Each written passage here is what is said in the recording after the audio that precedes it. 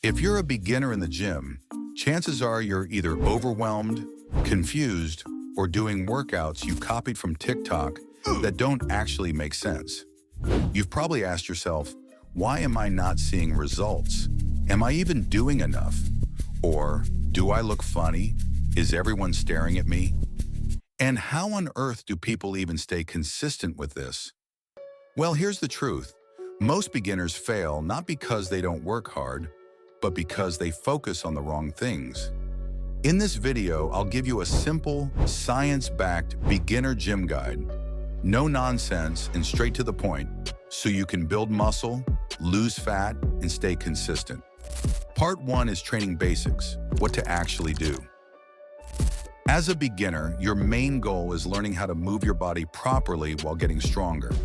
That's why most of your workouts should be built around compound exercises, which are movements that train multiple muscles at once. Some key examples are squats, bench press, deadlifts or Romanian deadlifts, overhead press, rows, and pull-ups. But why are these so important?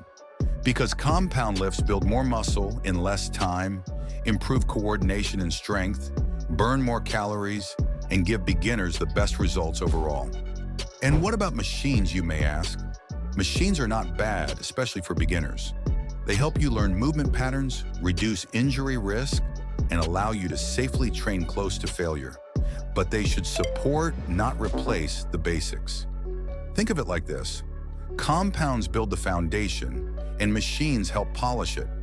This is because compounds work multiple muscles at once, helping you achieve an overall better physique more efficiently.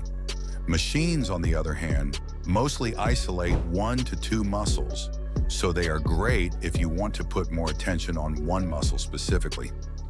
Technique over weight is huge. One of the biggest beginner mistakes is ego lifting. Some common form errors include squatting with knees caving in or heels lifting, bench pressing with shoulders flared and no control, rounding or overarching your lower back instead of keeping your spine neutral, or using momentum instead of muscles. Here's an important rule to remember. If you can't control the weight, it's too heavy. So it's very crucial that you practice good form, as doing so targets the right muscles, prevents injury, and leads to faster long-term progress. One good way to monitor and perfect your form is by simply recording yourself while working out. And if you find yourself struggling to keep your form correct, lower the weight.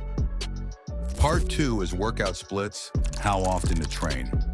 Let's break down some popular beginner-friendly ways to organize your workouts. Think of a split as just how you spread your training across the week. It's not complicated, it's just a framework to help you stay consistent. A full-body split done 3 times per week means you hit all your muscles each session. It's easy to follow, doesn't overcomplicate things, and is great if you want to learn the basic lifts and build general strength. An upper and lower split done 4 times per week means you train your upper body twice and your lower body twice. It gives your muscles a bit more focus while still leaving enough recovery time. A push-pull and leg split can be done 3 to 6 times per week.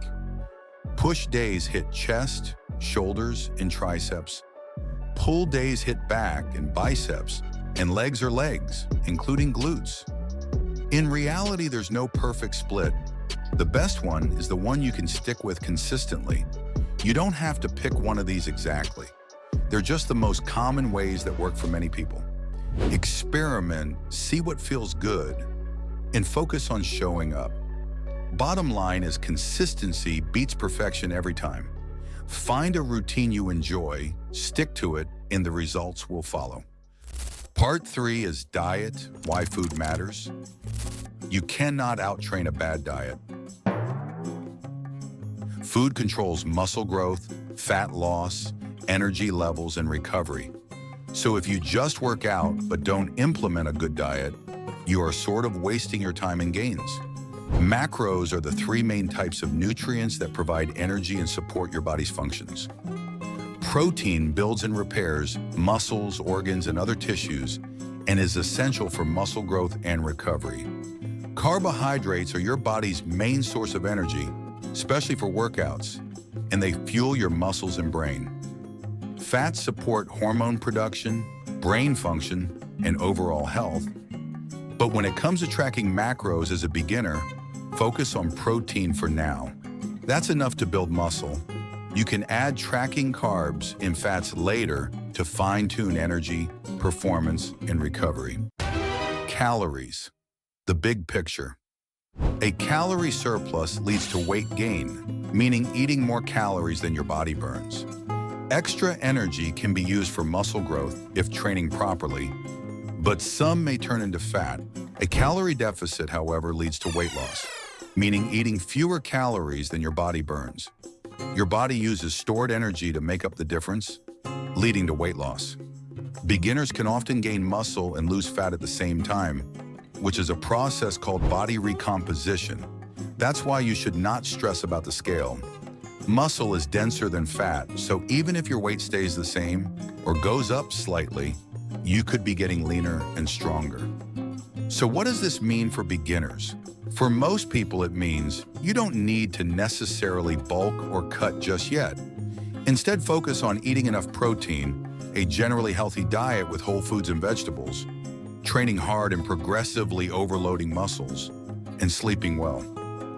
Once progress slows or plateaus, that's when structured bulking or cutting becomes more effective.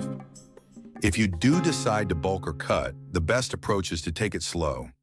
First, calculate your maintenance calories, which are the number of calories you need to eat to stay the same weight.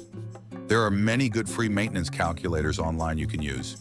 If you are bulking, do what is called a lean bulk by implementing a small calorie surplus of around 250 to 500 calories above maintenance per day. This makes sure your weight gain is slow and controlled, which minimizes fat gain and maximizes muscle gain. On the other side, if you are cutting, do a small calorie deficit of 250 to 500 calories under maintenance per day. This helps preserve muscle while losing fat and avoids extreme dieting. The rule of thumb is never rush either phase. Muscle growth and fat loss are gradual processes. Part 4 is supplements, what actually works. Supplements are exactly what the name suggests, supplements. They don't replace food or training.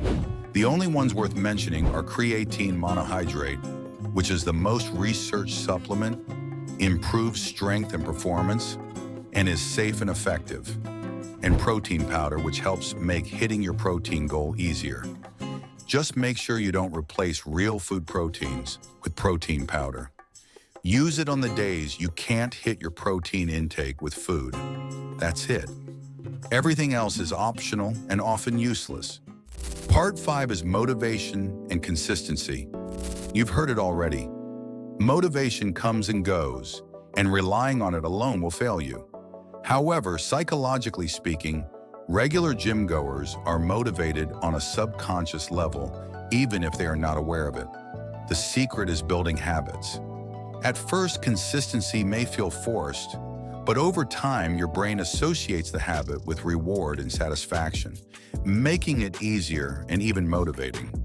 To build lasting consistency, make it as easy as possible for your brain to associate working out and healthy eating with reward.